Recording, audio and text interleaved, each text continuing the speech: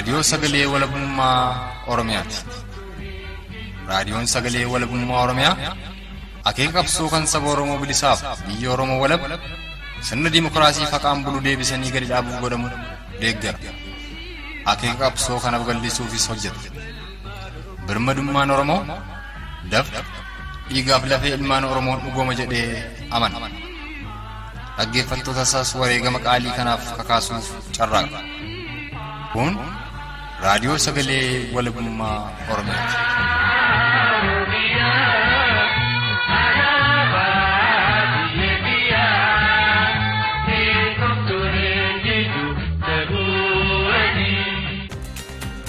Finfinneen handhuura Oromiyaati. Finfinneen News Network argaaf dhageettii uummataa ta'uun qabsoo bilisummaa Oromoof walabummaa Oromiyaaf taasifamu milkeessuuf hojjeta. Finfinneen News Networkiin aadaa, afaan, aartii fi seenaa Oromoo dagaagsa. Sagalee uummata Oromoo ta'uun qabsoo Oromoo daran finiinsuuf miidiyaalee Oromoo gaaddisa tokko jalatti gurmeessuun tamsaasa isaa toora saatalaayitiin dabarsu jabeessee itti fufee jira.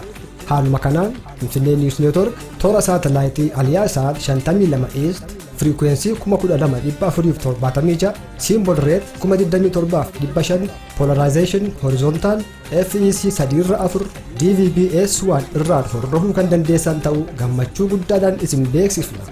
Finfinnee News Network.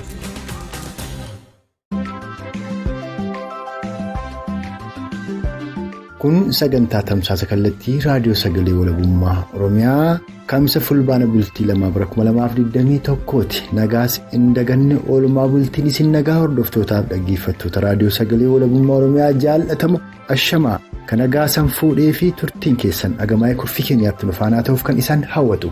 Ana xiiqii dhugaasaati. Anis anaa dhufu isaniin jechaa tuman ijoollee muummeffannaa kurfii keenya guyyaa irraa isanitti himaa.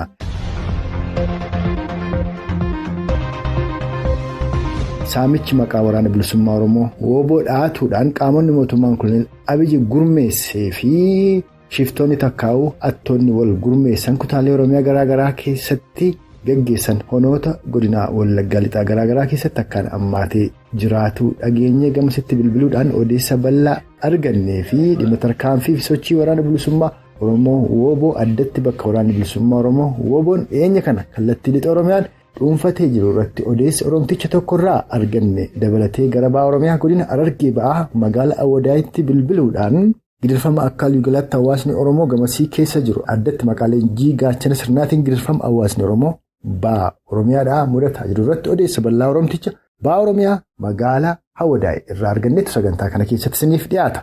Jalqaba irratti gara lixa Oromiyaa godina Wallagga Lixaatti bilbiluudhaan haala hawaasni Oromoo gamasii keessa jiru addatti saamicha maqaa waraana bilisummaa Oromootiin attoonni fi qaamonni mootummaan Koloneel Abiyyi gurmeesse hawaasa Oromoo irratti raawwataa jiran irratti odeessa bal'aa Oromticha tokkorraa arganne isiniif dhiyeessuun saganticha saaqanna. Sunis muuziqaa ce'umsaa kana booda eegala.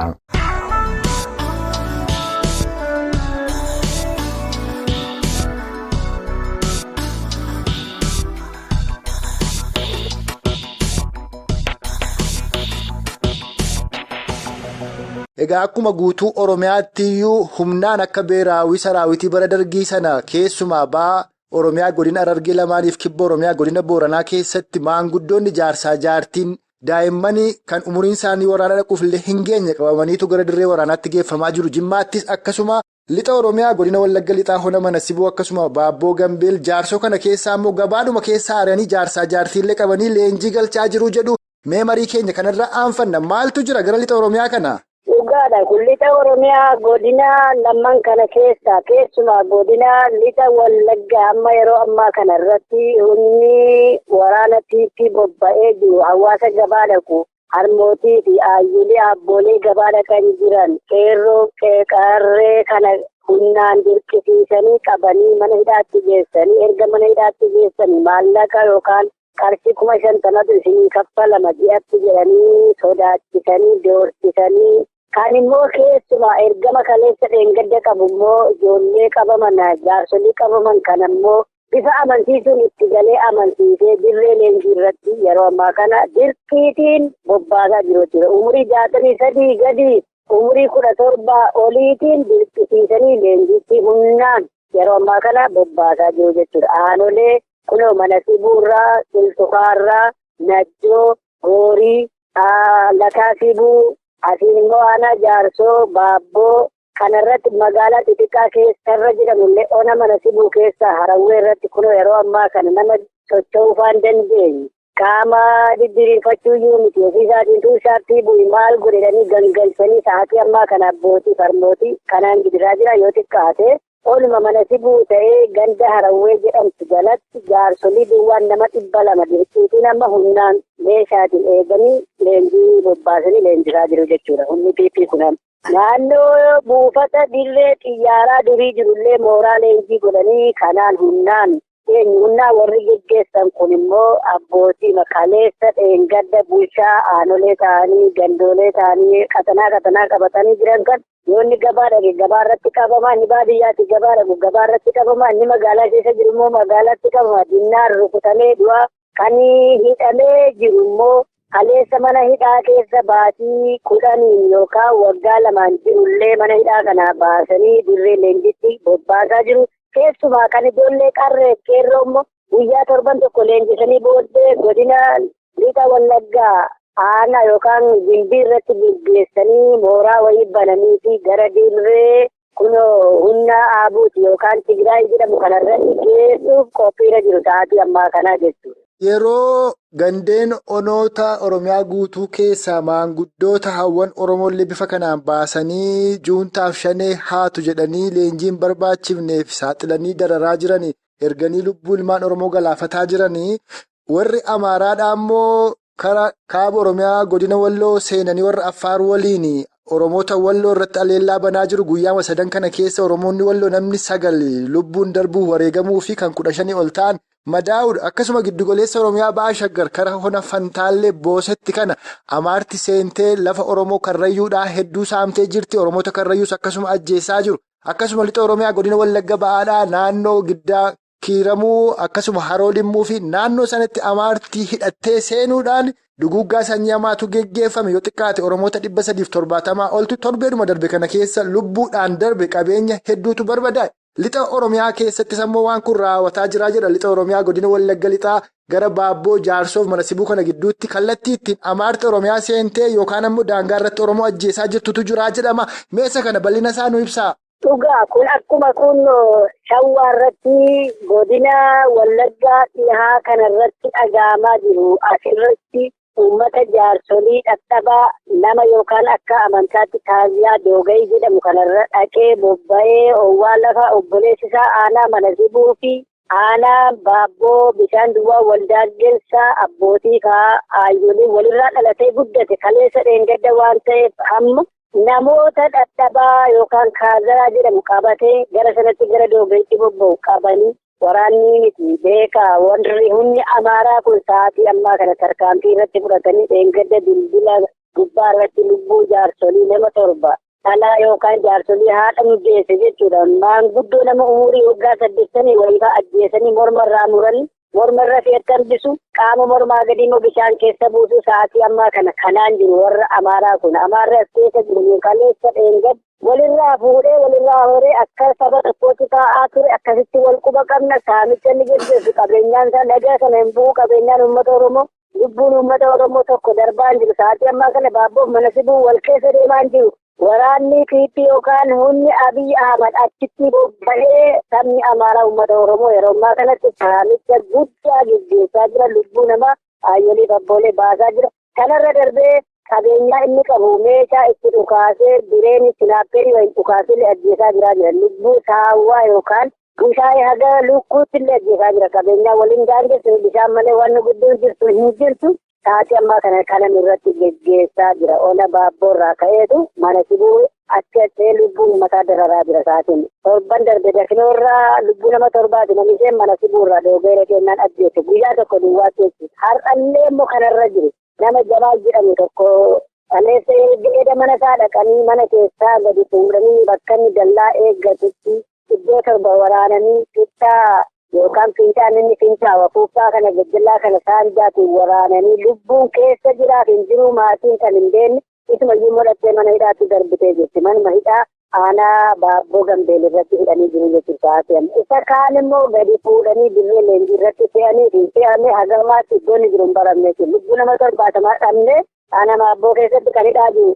Jeggiraa abaa'ooti. Jeggiraa shanii abaa'oyyuu hin jiran. Jeggiraa shanii juuntaa jedhaniitu hawaasa keenya guuranii gara dirree waraanaatti geessaa jiru jechuudha. Nama gangalannaan dandeenye ofiisaatiyyuu lubbuun dhukkuba honnee yookaan dhukkuba garaachaa qabu. Sa'aatii ammaa kana namni wanti hundaa garaagaraa wareertee hawaasi keenya miidhamaa jira. Waan inni nyaatullee waan inni dhugullee irraa gabaarraa dhorkaniitu lubbuutiin dararamaa jira. Isaan immoo dirree leenjiitti oofaniitu hawaasa keenya dararaa jiru jechuudha sa'aatii ammaa kana.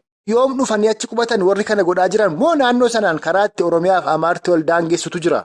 Mootummaa dargii yookaan mangistuu Hayilemaariyaam jedhamu sanatti fidee qubsiise jabana dargii jechuudha. Beelaan rakkatanii dhufanii qubatan kana keessa kan jiru saba kaleessa dheengadhan uummata Oromoo yookaan saba wallootii jedhee hawaasi keenya waliin jiraataa ture. Inni haga achitti eegee qaba waan ta'eef saba Amaaraa ta'ee uummata keenya dararaa jira malee saba biraa miti. Wanni wal daangessu hin jiru. Wanti xiyyaarri biraallee dhufee buusee waan biraa fidanitti sabuma kaleessa achirratti dhufee guddate horee ofiisaati. Gootaraa meeqa dhadhaabbatee jiru kan amma kana gochaa jiru malee sabni biraa dhufe yookaan lagi wal daangessee saba Amaaraa wal daangessu hin jiru. Kanuma amma dhufee Uummata Oromiyaa keessa qubatee jiru kan inni kana geggeessu. Jarri kun kuunoo asii ka'anii walitti kan isaan hidhatanillee qaban naannoo Asoosaa fi Beeleshamtuun wal daangessitii gidduu isaanii baambasii jira. Ona beejiitti ce'anii Kondaalatti ce'aniitu sanaan yeroo konkolaataan socho'aa turanii amma immoo warruma jiraataa manaatiin gattaa'ee jirudha kan uummata keenya buqqisee ajjeesaa jiru jechuudha sa'aatii ammaa kana. Gama biraatiin immoo kan dhaga'aa jirru gara lixa Oromiyaa kanaa Ona Manasiboo ta'uu, Najjoo ta'uu, Qilxuqaarraa ta'uu, Jaarsoo ta'uu, Baabboo ta'uu, Gimbii ta'uu naannoo Haaruutti, Ganjiitti kan dhaga'amu gareen ijaaramee hidhatee socho'u maqaa waraana bilisummaa Oromoo wooboo dhaatuudhaan saamichi amaa geggeessaa jiraadha. Ka dhageenyu rigaa saccittis kun raawwateeraadha. Ka dhaga'amu gara Ona Manasibuu kana gara waajetii mandiittis waan kanatu dhaga'ama. Maal quba qabdu akka hawaasaatti kan kana raawwatu dhuguma waraana bilisummaa Oromooti moo qaama maqaa waraana bilisummaa Oromoo dhaatee deemutu jira? Meesa kana ifa nuu godhaa. Kuni tarii waan nama kofalchiisullee ni qaba. Waan nama boosisu ni qaba. Humni fiitti kun warra kaleessa nyaata bare kana abbootii isaanii haa ta'u ilmaan isaanii jalaa baasee nyaata baranii yookaan dhugaatii garaattiin guddifachuuf maqaa waraana bilisummaa Oromoo jedhanii wiigii kana tuulisanii leenjirii tokkollee kennaniifi uummata Oromooti waraana bilisummaa Oromooti jedhanii uummata Oromoo keessa deemanii saamicha gaggeessanidha. Jarri kun kan humni fiitii yookaan humni Abiy Ahmed bitee deemsisaa jirudha malee waraanni bilisummaa Oromoo saamuu hin qabu, ajjeesuu hin qabu. Uummata isaa bira cinaa dhaabbatee maal rakkattee dhukkubsataa isaa yoo argillee yoo haga danda'utti maallaqa ofiisaatii qabuuf kenneefi mana yaalaatti ofiisaatii ergaa jiru. Ona yookaan gandoolee keessaa dhuunfate magaalaa xixiqqaa keessaa dhuunfate gargaarsanni uummata Oromoo biraa uummata Oromoo irraa gargaarama isa jedhanitti uummata Oromoo bira dhaabbate kan gargaaraa jiru waraana bilisummaa Oromoo saamaan jiru konkolaataa isaa saamaan jiru kan qabeenya looniin haga maallaqaan suuqii deemee abbootii qabeenyaa naannoo magaalaa cina jiran saamaa jiru. Humna fiitii amma ergamaa sana saba Amaaraa kanaan wal cinaa jiru naannoo sinama maqaa dhooftan kunillee naannoo Manasibuu keessa waajetii mandiidhaan Amaaraa tokkotu jira achirraan uffiifama yeroo duraa qubatantu jira. Kanaan maqaa Oromoo jedhanii afaan Oromoo baranii jiruunitiin ittiin saamicha gaggeessaa jiru malee waraanni bilisummaa Oromoo saamuu miti. Illaachi yookaan limmee cabduu lafaa fuudhee uummata Oromoof kennaa jira. Dhaqqabaa karaarraa butaa jira. Gaafa lola lolullee uummata Oromooti. Saba eenyuun yoo ta'u keessaa ba'a jedhee tarkaanfii fudhataa jira malee kun sira diina kaleessa ittiin nu buqqisaa ture har'a ittiin nu buqqisuun walitti qabuuf gaggeessaa jira malee waraana bilisummaa Oromoo bira hin jiru kun jechuudha.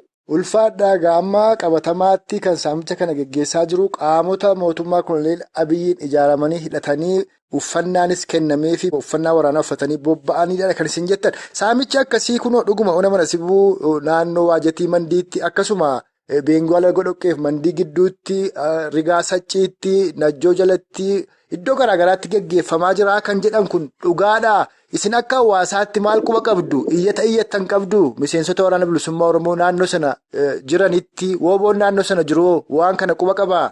waraanni bilisummaa Oromoo sagalee kana hawaasi itti iyyatee kan inni to'ates ni jira, kan inni tarkaanfii irratti fudhates jira, kan yeroo dhiyoo saamicha gaggeessan immoo adamsee qabuudhaan sa'aatii ammaa kana cinaa fiigaa jira jechuudha qabuuf. Sana tarkaanfii irratti fudhatee yeroo dhiyootti eeruusaa isin dhageessisaa bilisummaasaa isin argisiisaa jechuudha. Kana malee ofiisaati saamicha kanaa hin qabu. Dhagaa waraanni bilisummaa Oromoo dheengadda torban darbe dhageessanii aanaa qondaalaa tarkaanfii guddoo irratti fudhate irratti dudduubaan deebitee sabni Amaaraa kun ofiisaatiin dhiibsee gaafa waraanni bilisummaa Oromoo tarkaanfii fudhatee aanaa sana to'atee ofirraa qabutti qonnaan bulaa dhadhabaa jaarsolii lubbuu nama 13 kan isheen galaafattee jechuudha. Yoo waraanni bilisummaa Oromoo sameeshaa fudhatee bobba'u akka ishee humna qabu dhabde dhadhabaaf jaarsolii kan isheen yeroo argitu ajjeesaa jiru. Saamichi kunillee isaaniin qabatee malee waraanni bilisummaa Oromoo warra saamu kan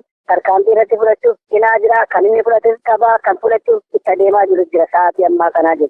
Waraanni bilisummaa Oromoodhaa kan zoonii lixaaf giddugaleessa socho'u maqaa bobbaa jaalnaggasaa wagiitiin akkuma guutuu Oromiyaatti ugaa maqaa garaagaraa moggaafatanii deemaa jiru. Bobbaan jaalnaggasaa wagii hagayya 8,2021 eegal bifa gaariin deemaa jira. Iddooleen hedduunis to'atamaniiru. Mee woboon eessa to'ate? Lafa to'ate kanatti immoo maal uummata barsiisaa jira? Kan jedhu irratti yaada keessan nuu qodaa dhaamsa yoo qabaattan dhaammadha. Hayyee tolu gidduu tokkoon darbee isin tuqa sanallee Iccitiin sanaa iccitii waraana bilisummaa Oromooti. Yeroo ammaa kana godina lixa Wallaggaa keessa waraanni fiitii jireenyi isheen jirtu aanolee keessa tokko darbee ona mana sibuu, ona baabboo jaarsoo jirtirraa kan hafe ammoo beekii jirtirraa kan hafe. Godina kana walitti ejjee jiru waraana bilisummaa Oromoo to'atee hawaasa isaa gorsee akkanatti cinaa dhaabbatu akkanatti jiraatu jedhee gorsaa jira. Akka inni nyaatee buluuf akka inni rafee bulu bira dhaabbatee ofiisaati. Ijaajjaa bulaa jira malee waraanni fiitii aanaa inni keessa jiru lixa Wallaggaa kana keessaa muraasa. Naannoo Qelleem, Gidaamii, Jimmaa Orroo, naannoo giddu galeessaa kana ofiisaatiin to'atee waraana bilisummaa Oromoo to'atee jira. Kan isheen jirtu yoo ta'e naannoo ol gara godinaa kanarraa jirtirraa kan hafe magaalaa xixiqqaa jala jiru waraana bilisummaa Oromoo dhuunfatee jira. Dhaamsa anillee qabu uummata Oromoo alaa keessa jiruun warra juuntaa jedhee afaan faajjessanii afarsaa jiran kanaan dhaabbadhaa bakkuma jirtani. Waraanni bilisummaa Oromoo dhugaa isaaf dhaabbataa jira malee saba isaa gurguruu dhaabbataa jira miti. Saba isaa cina dhaabbatee bilisummaa argisiisuuf sa'aatii ammaa kanatti tattaaffii halkanii biyyaa beela qorra eebu uffata kan hin jenne waraanni bilisummaa Oromoo hawaasa isaa bira dhaabbataa jira. Warra barcumarra taa'ee afarsu kana biraan deebi'aa uummata Oromoo keessumaa yeroo ammaa kan warreen jimmaarraa hiriira ba'anii saba juuntaa fi jedhanii maqaa nu balleessan akka isaan illee nurraa dhaabbatan afaan Oromoo dubbatanii miidiyaa irratti warreettan afaan Oromoo dubbate keessumaa nuyi Oromoodha jedhutti ergaa koo kana akka biraan naageessan uummata Oromoo kan ta'e kaa dhaabbadha. Waraana bilisummaa Oromoo cinaa nuu dhaabbadha. Sa'aatii ammaa kana Wallaggaa yeroo ammaa kana ka'ee abbaaf ilmaan ka'ee dhaabbataa jira. Haadhaaf intalaan ka'ee dhaabbataa jira. Abbootii gadaa seetiin dhaabbataa jira.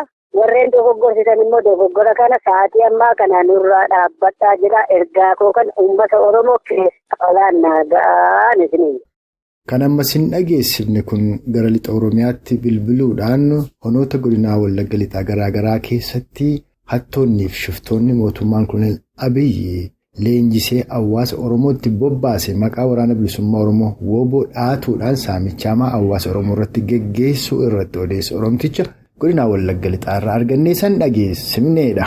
Kanatti immoo aansuudhaan gara bahaa Oromiyaa godina Harargee Bahaa magaalaa Awadaayitti bilbiluudhaan gidirfama hawaasni Oromoo kaabinootaa fi dabballoota mootummaa kunuunfataa Impaayera Itiyoophiyaa bahaa Oromiyaa godina Harargee Bahaa Ona Haramaayaatiin maqaa leenjii Gaachana Sirnaa jedhuun hawaasa Oromoo Ona Haramaayaa magaalaa Haramaayaa fi magaalaa Awadaay mudataa jiru irratti marii bal'aa Oromticha bahaa Oromiyaa godina Harargee Bahaa magaalaa Awadaay waliin tolfannisaniif dhiyeessina. Sunis muuziqaa ce'umsaa kana booda eegala turtiin keessan ammas hagamaa'ii kurfii keenyaatti nu faanaa ta'uun afeerraa keenya.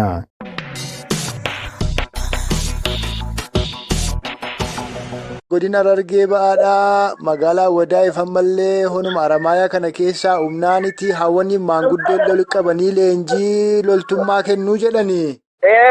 Kana keessatti haati Oromoo tokkollee kanummaan magaalaa Awadaay miidhamni guddaan akka irra geetu himama. Mee maaluma kee jirtu? Aboolusi gabrummaa keessa jiraan amma mucaan kiyyaa yoo na gaafatte mucaan kiyya hidhaa jira.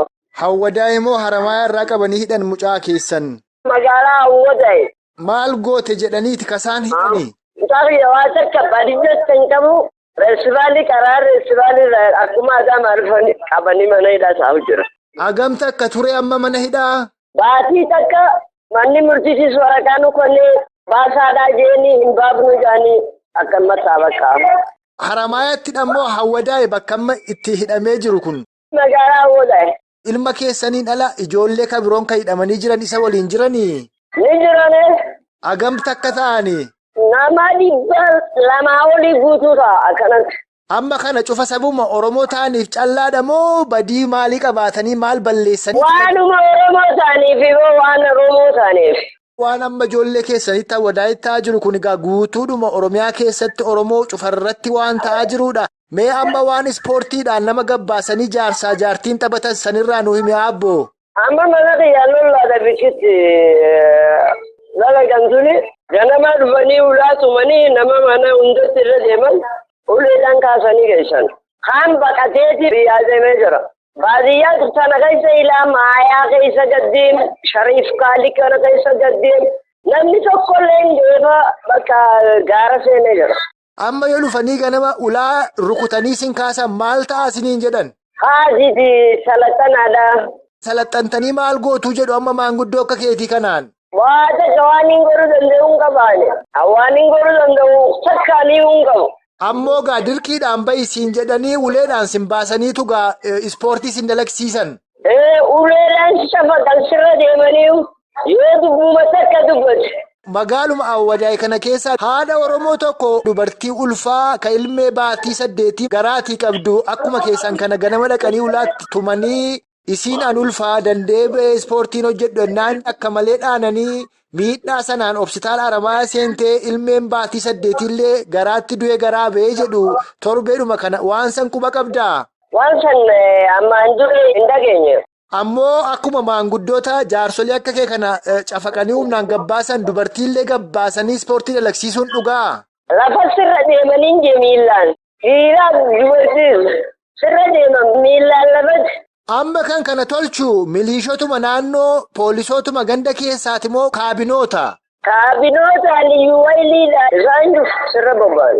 Amma gaa ati mootummaa tokko lamas taatu argitee miidhaa darbes beetta kan maallee beetta argaa jirta waan qabsoo si keessa ture ijoollee kee keessa jira beetta mee maaltu falaa jetta maal dhaamta Oromoo bal'oof abbo? An Oromoo bal'oodhaan bikka takka kaasanii qabsaa'uu qabdanii. Gabrummaa isaa alaan irra jira lafaa ol kaasanii qabsaa'uu qabdanii gaal. An takka siimu? Hayyee?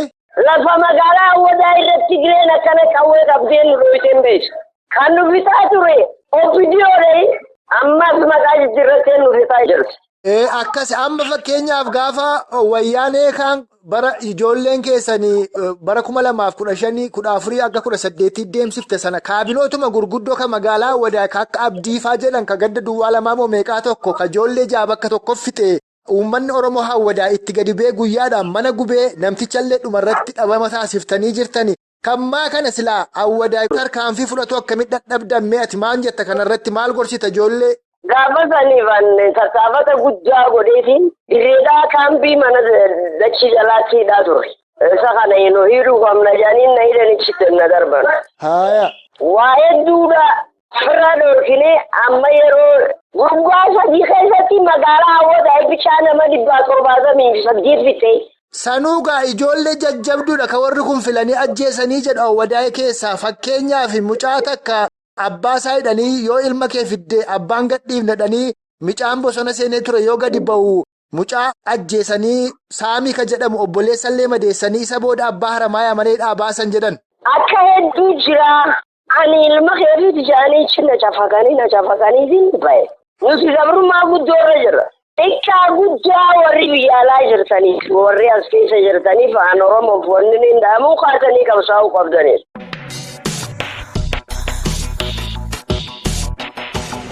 Kan maa'ii kanarratti san dhageessifne gara Oromiyaa godina Harargee Bahaa Ona Haramaayaa magaalaa Awwadaayitti bilbiluudhaan gidirfama hawaasni Oromoo Bahaa Oromiyaa godina Harargee Bahaa Ona Haramaayaa magaalaa Haramaayaaf Awwadaay mudataa jiran irratti odeessa guutuu Oromticha magaalaa Awwadaay irraa arganne san dhageessifnedha. Akkuma afaan Oromticha magaalaa Awwadaay irraa dhageessan ilma isaanii dabalatee dargaggoonni Oromoof akka waliigalaatti hawaasni Oromoo Bahaa Oromiyaa godina Harargee Bahaa Ona Haramaayaadhaa kan magaalaa Awwadaay isa tokko Haramaayaadhaa saalaaf umuriin osoo addan qoodamiin mana hidhaatti galfamee cafaqamaa jiraatu akka dhuunfaatti ilmi isaaniis hidhamee mana hidhaa keessatti gidirfamaa jiraatu. Hoggayyuu immoo bariituu hidhattoonni mootummaa Koloneel Abiyyi maqaa leenjii Gaachana Sirnaatiin manarra deemanii mana dhaanuudhaan abbootii fi hawwan Oromoo osoo hin dhabne manaa gadi baasanii maqaa ispoortiitiin gidirfama abaaf saaxilanii jiraatu irratti odeessa bal'aadha kan Oromtichi Bahaa Oromiyaa godina Harargee Bahaa Ona Haramaayaa magaalaa Awwadaay irraa odeeffannee san dhageessifne kun nutti himan. Akka waliigalaatti sagantaa keenya guyyaa irraatiin gara lixa Oromiyaa godina Wallagga Lixaatti bilbiluudhaan honoota godina Wallagga Lixaa garaagaraa keessatti qaamonni mootummaa shiftaan Koloneel Abiyyi leenjisee bobbaase saamicha amaa hawaasa Oromoo irratti gaggeessaa kan jiran ta'uu saamicha kanas ammoo yeroo gaggeessan nuti waraana bilisummaa Oromooti jedhanii of himuudhaan kan raawwataa jiran yoo ta'u ammoo gochaa kana kan raawwataa jiru waraana bilisummaa Oromoo oboo akka hin taane waraana bilisummaa Oromoo oboo lubbuu isaa tokkitti jijjiirraa hin qabne biyya isaa Oromiyaaf saba isaa Oromoof kennee qaama falmaatti jiruudha malee qaama hawaasa Oromoo saamu akka hin taanedha kan abbaan Oromtichaa lixa Oromiyaa godina Wallagga Lixaa irraa odeeffanne raadiyoo Sagalee walabummaa Oromiyaatti meenus isan dhageessifne kan lixa Oromiyaa godina Wallagga Lixaa irraa odeeffanne isan dhageessifne kanatti sammuu dabalataan gara Bahaa Oromiyaa godina Harargee Bahaa magaalaa Awwadaayitti bilbiluudhaan haala waliigalaa hawaasni Oromoo gamasii keessa jiru odeeffanne san dhageessifneerra. Akka waliigalaatti haalamtuu yeroo ammaatti Oromoof Oromiyaa mudataa jirtammoo furmaata maa'ii gochuudhaaf haa ijaaramnu haa hidhannu walisaa hidhachiifnu waraana keenya waraana bilisummaa Oromoo wooboo lubbuu isaa jijjiirraa hin qabne tokkitti biyya isaa Oromiyaaf saba isaa Oromoof kennee falmaatti jiru. Waan dandeenye hundumaan atumsannu addatti tokkummaa Oromummaa fi kaayyoof akeeka galma qabsoo bilisummaa Oromoo kan ayyoonniif gootonni Oromoo qaqqaaliin bu'uuressan aarsaa lubbuuf qaamaa itti baasanii darbanii arras itti baasaa jiran kan walabummaa Oromiyaa mirkaneessuu bilisummaa Oromoo dhugoomsuuf mootummaa birmaduu Oromoof Oromiyaadhaa gadi dhaabbatu giddu galeessa godhatuun falmaa keenya tokkummaa Oromummaatiin finiinsuun gidirfama barootaaf Oromoof Oromiyaa irra bubbule kanatti furmaata maa'ii waan godhuuf kanatti aafuuleffannuu dhaabbata. Waan irraaf qindeeffannee harma irratti obbaafneerra hanga sagantaa keenya yeroo itti aanu walitti deebinutti huumaan nama borii ni tolchinna.